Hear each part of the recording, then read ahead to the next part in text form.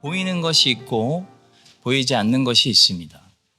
선물은 눈에 보이지만 사랑은 눈에 안 보이기 때문에 사랑은 오래 참음이나 온유함이나 희생이나 봉사라는 모습으로 나타나야 비로소 저 사람이 나를 사랑한다는 것을 눈으로 확인할 수가 있습니다. 보이는 세상은 육체적인 세상이고 보이지 않는 세상은 영적인 세상입니다. 문제는 영적인 세상이 육체적인 세상의 원인이 되고 영향을 준다는 사실입니다.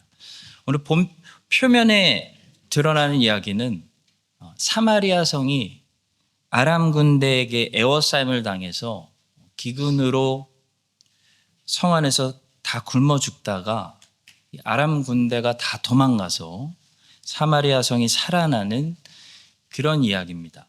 근데 눈에 보이는 이 이야기 뒤에 눈에 보이지 않는 많은 일들이 영적으로 일어나고 있습니다. 오늘은 보이는 것 뒤에 존재하는 그 실체들이 어떻게 보이는 이 세상의 원인이 되고 영향을 주는지 세 가지만 말씀을 나누기 원합니다. 첫 번째로 눈에 보이는 아람 군대가 전부가 아니고 그 뒤에 눈에 안 보이는 하나님이 일하고 계신다는 사실입니다. 아람 왕은 지금 아람 군대 숫자만 믿고 이 정도 군대면 사마리아를 함락시킬 수 있다 믿었습니다. 그러니까 아람 왕도 아람 군대만 보고 있고 이스라엘 사람들도 지금 대부분 아람 군대만 보고 있습니다. 자, 그런데 이스라엘 사람들 중에 엘리사 같은 믿음의 사람들은 아람 군대만 보고 있는 것이 아니고 하나님의 존재를 보고 있습니다. 하나님이 계시기 때문에 하나님이 여기서 역사하시면 모든 것의 판도가 달라진다는 사실을 아는 것이 믿음입니다. 기독교 믿음. 이전에 아람 군대가 엘리사부터 잡으려고 도단성으로 쳐들어왔을 때 하나님은 그들을 시각적으로 속도록 만드셔서 엘리사 체포 작전이 실패하게 하셨습니다. 근데 이번에 아람 군대가 사마리아를 함락시키려고 왔을 때 하나님은 그들을 청각적으로 속도록 만드셔서 그들이 큰 군대의 소리를 들음으로 무서워서 다 도망가게 하셨습니다. 이는 주께서 아람 군대로 병거 소리와 말 소리와 큰 군대의 소리를 듣게 하셨으므로 아람 사람이 서로 말하기를 이스라엘 왕이 우리를 치려하여 햇사람의 왕들과 애굽 왕들에게 값을 주고 그들을 우리에게 오게 하였다 라고 말하면서 도망갔습니다. 성도 여러분, 우리 하나님은 아무리 사람들이 무장하고 군대를 강하게 만들어도 그들을 갑자기 소경으로 만드시고 귀머거리로 만드셔서 망하게 하실 수 있습니다. 우리 하나님이 이 눈을 닫아버리시면 그렇게 똑똑한 사람이 갑자기 이상한 판단을 해서 실수하게 되고, 우리 하나님이 귀머거리로 만들어버리시면 남들은 다 듣는 경고의 소리를 못 들어서 갑자기 이상한 판단을 해서 인생이 망하게 되는 것입니다. 아무리 똑똑한 사람도 하나님이 눈을 닫아버리시고 귀를 닫아버리시면 이상한 결정을 합니다. 아무리 강한 아람 군대도 하나님이 이상한 것을 보게 하시고 이상한 소리를 듣게 하시면 두려워서 잘못된 결정을 하게 되는 것이 사람입니다. 사람의 만사가 사람의 능력에 달려있는 것이 아니라 지금도 철저하게 하나님께 달려 있습니다. 미디안 군대가 겨우 300명밖에 되지 않는 기드온의 군대 앞에서 사실 상대도 안 되는 전쟁인데요. 그런데 나팔 소리 듣고 횃불 보고 정신 나가가지고 자기네들끼리 서로 찔러서 망하게 하셨습니다. 300명이 나팔을 불 때 여호와께서 그 온 진영에서 친구끼리 칼로 치게 하심으로 적군이 도망하여.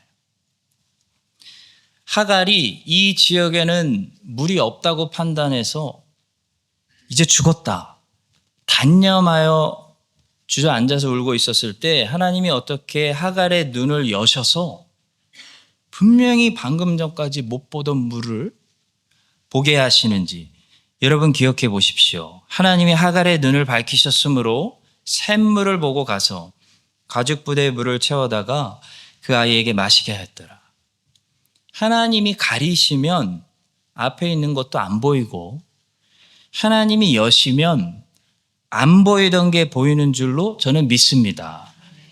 육체적인 세상에서는요, 내가 똑똑하면 잘 되고 내가 철저하게 준비하면 될 것 같고, 아람 군대가 강하면 뭐 엘리사 한 명쯤 체포해 오는 거 그거 못하겠어요? 이 정도 군대면 사마리아 성 하나쯤은 뭐 함락시킬 수 있을 거야. 이게 눈에 보이는 육체적인 세상입니다. 그러나 그 배후에 하나님이 살아계십니다. 그래서 하나님이 소경을 만들어 버리시거나 하나님이 이상한 소리를 듣게 하시면요, 사람이 아무리 잘 준비해도 절대로 목표를 이룰 수 없다는 사실을 우리 그리스도인들은 알고 있습니다. 창세기 32장에 보시면 야곱의 형 에서를 만나러 길을 가고 있습니다. 육체적으로만 보면 그냥 좀 싸웠던 형과 아우 두 사람의 만남이에요. 그런데 성경은 이 에서와 야곱의 만남이 절대로 그냥 형 한 사람과 아우 한 사람의 만남이 아니라고 말씀하고 있습니다. 야곱이 눈이 열려가지고 그 배후에 있는 영적인 실태를 보니까요, 마하나임이라는 하나님의 군대가 야곱을 지키고 있는 것을 보게 됩니다. 야곱이 길을 가는데 하나님의 사자들이 그를 만난지라. 야곱이 그들을 볼 때 이르기를 이는 하나님의 군대라 하고 그 땅 이름을 마하나임이라 하였더라. 하나님의 군대가 지금 야곱과 함께 갑니다. 하나님의 천사들이 야곱을 보호하고 있었던 것입니다. 그것도 천사가 한 사람도 아니고요, 많은 군대였어요. 여러분, 히스기야 때 아수르 군대 18만 5천 명이 쳐들어왔을 때 히스기야가 기도했더니 하나님이 몇 명의 천사를 보내주셨나요? 딱 한 명 왔습니다. 한 명이 와서 18만 5천 명 군대를 하루아침에 송장으로 만들어 버렸습니다. 여러분, 육적으로 커 보이는 일이 영적으로는 크지 않은 일일 수도 있습니다. 당시 아수르 군대 18만 5천 명은 어마어마한 군대입니다. 그 군대 때문에 많은 나라들이 무너졌고, 그 군대가 이 아수르가 고대 근동을 500년 지배했습니다. 그 군대가 가장 이슈였고 골칫거리였습니다. 그런데 천사 한 명이 와서 하루에 그 일을 해결했다는 것은, 여러분, 육체적으로 크게 보이는 문제가 사실 영적으로는 크지 않은 문제일 수도 있습니다. 반대로 지금 야곱은 형 에서 한 사람 만나러 가고 있습니다. 좀 싸웠던 형제들이 다시 만나는 장면이에요. 그런데 하나님은 마하나임이라는 하나님의 큰 군대를 야곱에게 보내서 야곱을 보호하고 계십니다. 이 에서 한 사람의 문제가 에서 한 사람의 문제가 아닙니다. 이스라엘과 에돔의 전쟁 이야기로 이게 나중에 확장되고, 나중에 이 에서의 후손 중에 이둠의 사람 헤롯 대왕이 나와서 아기 예수를 죽이려고 하기 때문에 하나님의 눈으로 보면요, 지금 야곱이 에서를 만나는 이 장면은 아수르 군대 18만 5천 명 문제보다 훨씬 더 심각한 문제인 거예요. 육적으로 큰 문제가 영적으로 별 문제 아닐 수 있고, 육적으로 별로 크게 보이지 않는 문제가 영적으로 큰 문제일 수 있습니다. 우리는 에서를 만나러 가는 그 야곱의 이야기를 통해 눈에 보이는 것이 다가 아니고 눈에 보이는 것 배후에 있는 영적인 실체에 대해서 다음과 같은 중요한 두 가지 사실을 배우게 됩니다. 첫째로 우리의 전쟁은 육적인 전쟁이 아니라 영적인 전쟁이라는 사실입니다. 야곱이 선물 공세할 게 아닙니다. 에서가 400명 끌고 칼 차고 올 문제가 아닙니다, 지금. 형제 싸움이 아닙니다. 두 사람 사이에 아기 예수를 죽이려는 하나님의 뜻을 꺾으려는 영적 전쟁이 지금 존재하기 때문에 하나님의 군대 마하나임이 출동해야 된다는 사실이에요. 둘째로 이 전쟁은 야곱이 에서와 싸우는 전쟁이 아닙니다. 야곱이 야곱 자신과 싸우는 전쟁이라는 사실이에요. 야곱은 에서를 만나기 전에 이미 전쟁을 다 싸워서 승리했습니다. 그래서 야곱이 에서를 만났을 때는 그냥 에서의 얼굴에서 전리품만 챙기면 됐어요. 야곱은 에서를 만나서 에서와 싸운 게 아니라 에서를 만나기 전에 자기 자신을 꺾기 위해서 하나님의 아들과 씨름했습니다. 하나님의 아들이 야곱과 씨름해 주심으로 야곱은 야곱 자신과 싸웠던 거예요. 야곱은 야곱을 꺾어야 했습니다. 근데 야곱이 너무 세요. 꺾이지가 않아요. 그래서 하나님의 아들이 야곱의 힘줄을 상징하는 환도뼈를 치셨습니다. 그래서 야곱은 힘줄을 상징하는 이 환도뼈가 어긋나서 그때부터 절기 시작했고 평생 장애인이 됐습니다. 보통 사람들은 하나님이 20년 정도 라반 같은 사람 밑에서 훈련하시면요 대부분 꺾입니다.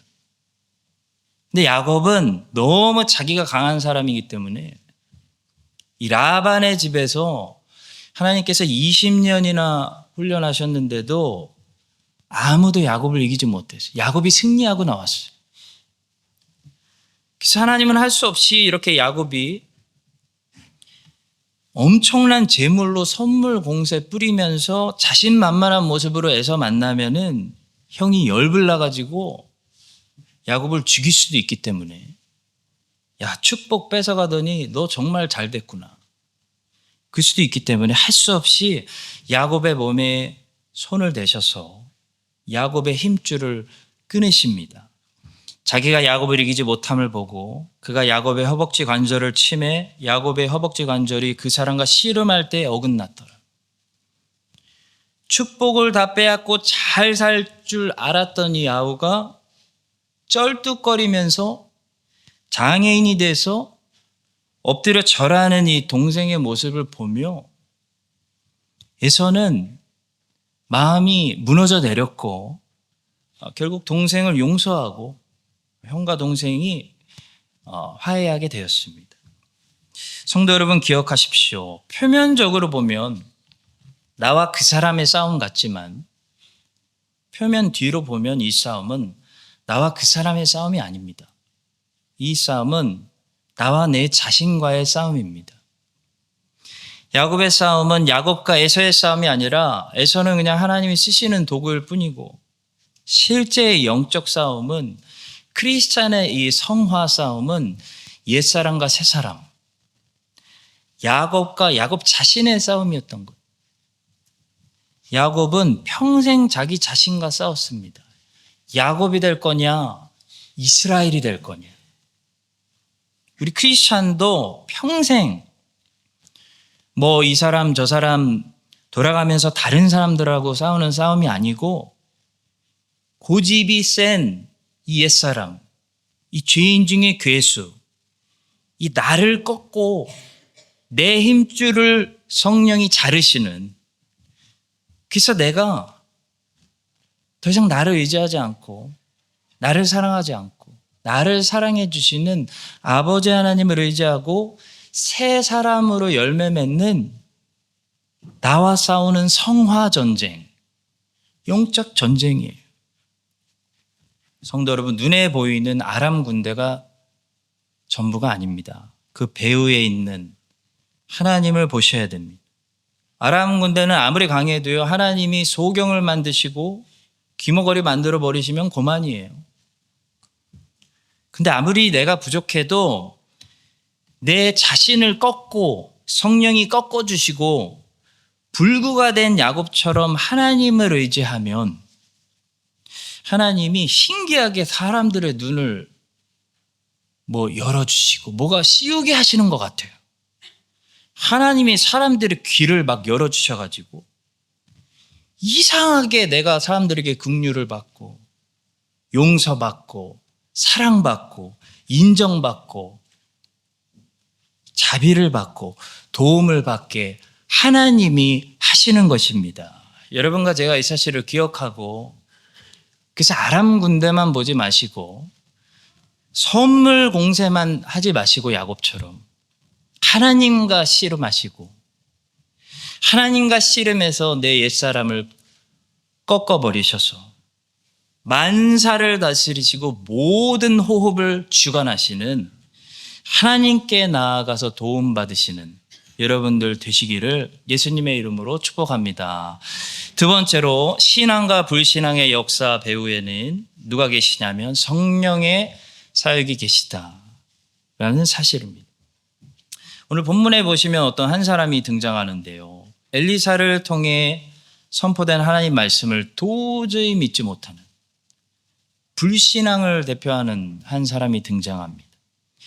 이 불신앙을 가진 이 사람에게 엘리사가 뭐라고 선포하냐면 너의 불신앙이 하나님의 역사를 막는 것이 아니고 하나님이 역사하셨을 때 너는 너의 불신앙 때문에 그것을 보더라도 그거를 먹거나 누리지 못할 거다 라고 말씀합니다. 그때의 왕이 그의 손에 의지하는 자 곧 한 장관이 하나님의 사람에게 대답하여 이르되 여호와께서 하늘에 창을 내신들 어찌 이런 일이 있으리요 하더라. 엘리사가 이르되 내가 내 눈으로 보리라. 그러나 그것을 먹지는 못하리라. 성도 여러분, 불신앙은요 하나님의 은혜를 막는 것이 아니고 하나님의 은혜를 접속하지 못하도록 막는 것입니다. 반대로 믿음이라는 것은 하나님의 은혜를 내리게 하고 오게 하는 것이 아니고 하나님의 은혜를 접속해서 내가 누리는 수단입니다. 여러분, 믿음이 하나님의 은혜를 내리게 하고 오게 하는 원인이라고 절대 생각하지 마십시오. 그거 교만입니다. 착각입니다. 하나님의 은혜를 자격이 없는 우리들에게 하나님의 은혜를 내리게 하는 원인은 여러분과 저의 믿음이 아니라 하나님의 자비하심입니다. 하나님이 자비로우신 분이기 때문이에요. 그래서 은혜를 내리는 거예요. 근데 하나님의 그 자비하심에서 오늘도 자격이 없는 여러분과 저에게 하나님의 은혜가 내리고 하나님의 은혜가 내리게 하시는데 그 은혜에 접속해서 그 은혜를 내가 먹고 내가 누리게 하는 것이 믿음이에요. 믿음. 많은 사람들이 하나님께 내가 직접 복을 받는다는 잘못된 개념을 가지고 있기 때문에 복을 누리지도 잘 받지도 못하는 것 같은데요. 사실 우리가 하나님께 복을 직접 받는 것이 아닙니다. 하나님은 모든 복과 모든 권세를 아들 그리스도에게 주셨어요. 그리스도 안에 두셨습니다. 예수께서 나와 말씀하여 이르시되 하늘과 땅의 모든 권세를 내게 주셨으니 내가 나의 왕을 그러니까 내 아들을 내 거룩한 산 시온에 세웠다 하시리로다. 그의 아들에게 입맞추라. 그렇지 아니하면 진노하심으로 너희가 길에서 망하리니 그의 진노가 급하심이라. 여호와께 피하는 모든 사람은 다 복이 있도다. 따라서 그리스도 없이 그리스도 밖에서는 아무리 착한 사람도 하나님의 호의를 받을 수가 없고 하나님의 사랑이나 복이나 은혜를 누릴 수가 없는 것입니다. 우리가 기도할 때 여러분 아버지 하나님께서 우리의 기도를 기쁘시게 들으시는 이유는요. 우리의 이름 때문이 아니라 우리가 예수 그리스도의 이름 붙들고 기도하기 때문에 다 받으시는 거예요. 하나님은 엄밀히 말해서 우리를 받으시는 것이 아니라 예수님을 받으시는 거고, 우리는 예수님 안에서 예수님과 함께 하나님께 받으심이 되는 것입니다. 아들이 없이는 아무도 아버지를 감히 만날 수가 없습니다. 예수께서 이르시되 내가 곧 길이요 진리요 생명이니 나로 말미암지 않고는 아버지께로 올 자가 없느니라. 아들을 부인하는 자에게는 또한 아버지가 없으되 아들을 시인하는 자에게는 아버지도 있느니라. 자, 이와 마찬가지로 그리스도가 아무리 은혜가 풍성하시고 어떤 죄인이 와도 받아주시고 매력적인 분이라 할지라도 2000년 떨어져 있는 그리스도가 오늘 내게 상관이 있게 하는 것은 내가 아니고 내 의지와 선택이 아닙니다. 예수 그리스도는 내가 믿겠다고 믿을 수 있는 그런 분이 아닙니다. 여러분들이 이미 예수를 믿으신다면 여러분의 의지와 여러분의 결단과 여러분의 선택으로 예수님을 믿은 것이 아닙니다. 믿음은 내가 만든 결과가 아닙니다. 믿음은 위에서 주시는 선물입니다. 그리스도를 내가 믿을 수 있도록 그리스도가 2000년 전 그리스도가 나와 상관이 있도록 하시는 분이 성령이십니다. 누구든지 성령으로 하지 않고는 본 적도 없는 예수님을 믿을 수가 없습니다. 또 성령으로 아니하고는 누구든지 예수를 주시라 할 수 없느니라. 그래서 내가 예수님을 믿은 게 아니고 성령이 나로 하여금 예수님을 믿을 수 있도록 믿어지도록 해주신 것입니다. 그래서 종교개혁자 존 칼빈은 기독교 강요 제3권 1장 1항에서 이렇게 말했습니다. 한마디로 정리하자면 성령은 그리스도께서 우리를 자기 자신과 효과적으로 연합시키는 끈이다. 제가 조금 더 쉬운 말로 정리를 해드리면 하나님과 나 사이에는 그리스도가 있고 그리스도와 나 사이에는 눈에는 안 보이지만 그 배후에는 성령이 있습니다. 성도 여러분, 불신앙이 하나님의 은혜를 막는 거 아닙니다. 그러나 불신앙은 하나님의 은혜에 나만 접속하지 못하도록 막습니다. 사마리아 성에 하나님께 은혜를 베푸셨어요. 하나님이 불쌍해서 우리 하나님은 자비가 많으신 분이기 때문에 그냥 은혜 베푸시기로 작정하셨고 양식 주셨어요. 근데 불신앙을 가진 이 장관, 이 성령의 사역을 받지 못한 믿음이 부재한 이 장관은 그걸 눈으로 보면서도 그것을 누리지 못하고 말았습니다.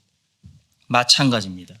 하나님이 예수 그리스도를 통해 하나님의 구원적 사랑을 베푸셔도 모든 사람들이 그걸 보고도 그거 누리는 거 아닙니다. 성령이 믿음 주셔야 그 믿음을 통해 예수 그리스도 안에 있는 아버지의 사랑에 접속할 수가 있습니다. 여러분들을 비롯해 여러분들의 가족들과 친구들, 수많은 사람들에게 오늘 성령의 간섭하심이 있으셔서 주 예수 그리스도 안에서 주시는 그 아버지 하나님의 구속적인 사랑을 믿음을 통해 모두 누리게 하여 주시기를 예수님의 이름으로 간절히 축원합니다. 자, 마지막 세 번째로 겸손이 있는 사람들이 눈에 잘 안 보이지만 그 배후에 겸손이 있는 사람들이 복음을 믿는다라는 사실이에요. 자, 오늘 본문에 보시면 사마리아 성에 이 좋은 소식을 누가 전하게 되냐면 나병 환자들이 전하게 돼요. 나병 환자들이 그 친구에게 서로 말하되 우리가 이렇게 해서는 아니 되겠도다. 오늘은 아름다운 소식이 있는 날이거늘 우리가 침묵하고 있도다. 만일 밝은 아침까지 기다리면 벌이 우리에게 미칠지니 이제 떠나 왕궁에 가서 알리자. 본문에 나오는 4명의 나병 환자들이 제일 먼저 좋은 소식을 접한 사람들입니다. 그리고 사마리아 성에 제일 1등으로 좋은 소식을 알린 사람들입니다. 여러분, 이 4명의 나병 자들은 어떤 사람들이냐면 율법으로 말미암아 철저하게 성 밖으로 쫓겨난 사람들이에요.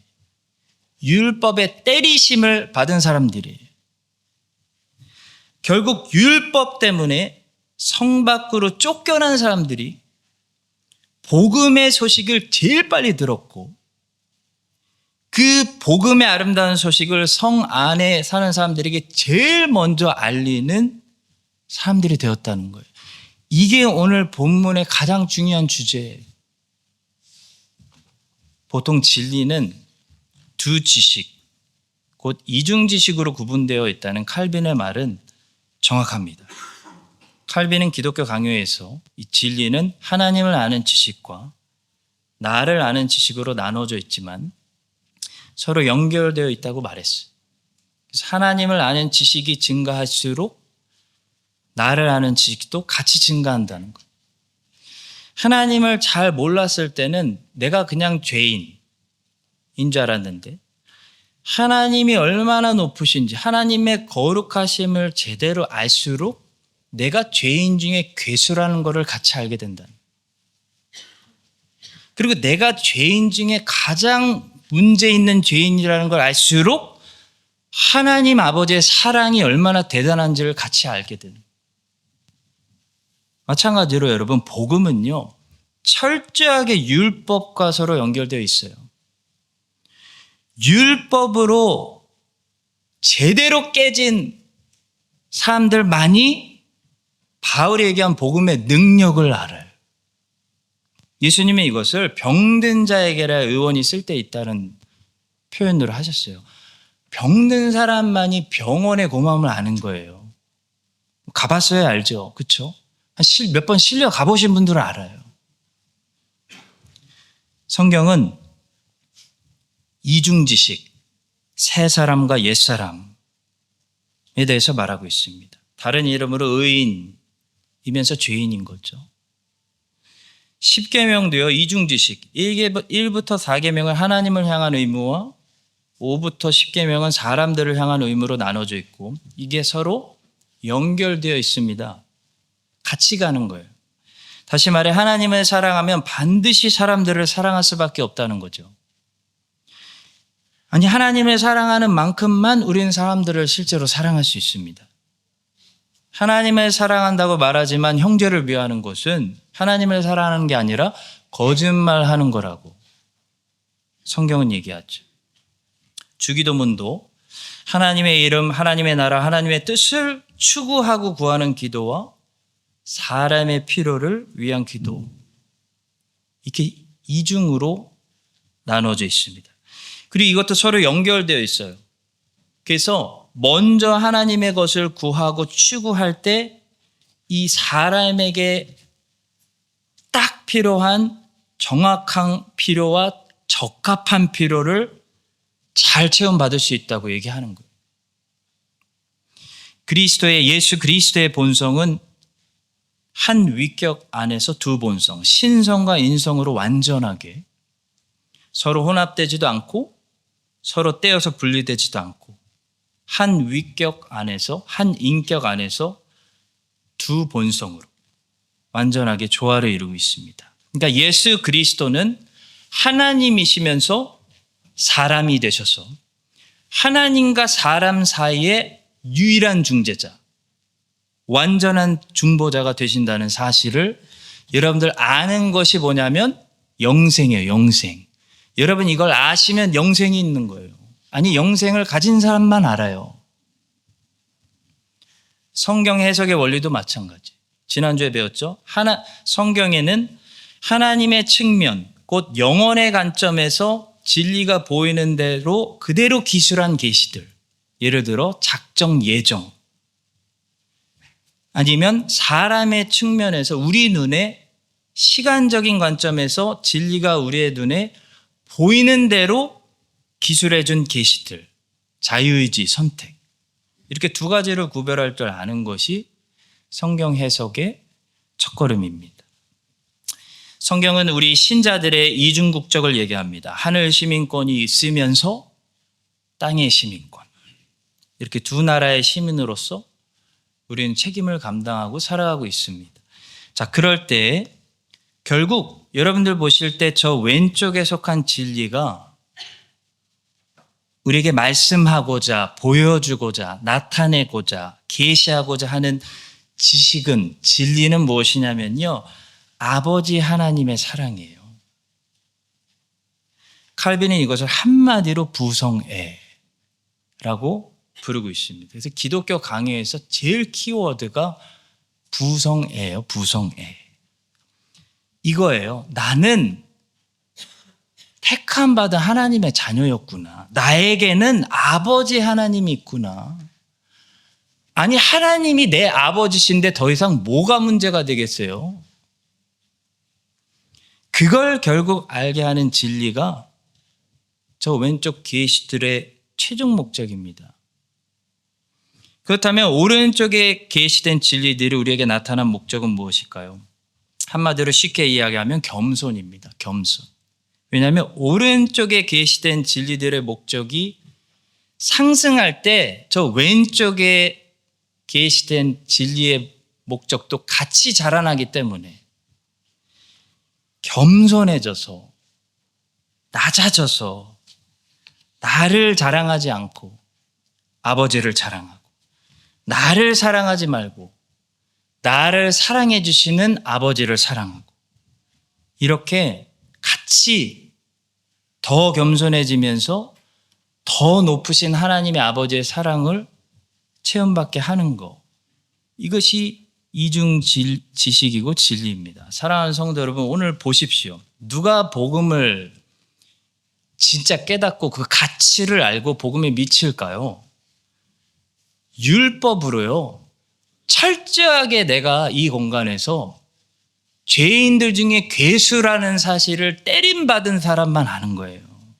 율법에 부딪혀서, 하나님의 완전한 율법의 공의에 부딪혀서 철저하게 저 사람이 문제가 아니라 내가 죄인됨 깨달은 사람만이 복음이 왜 이게 하나님의 능력이라고 바울이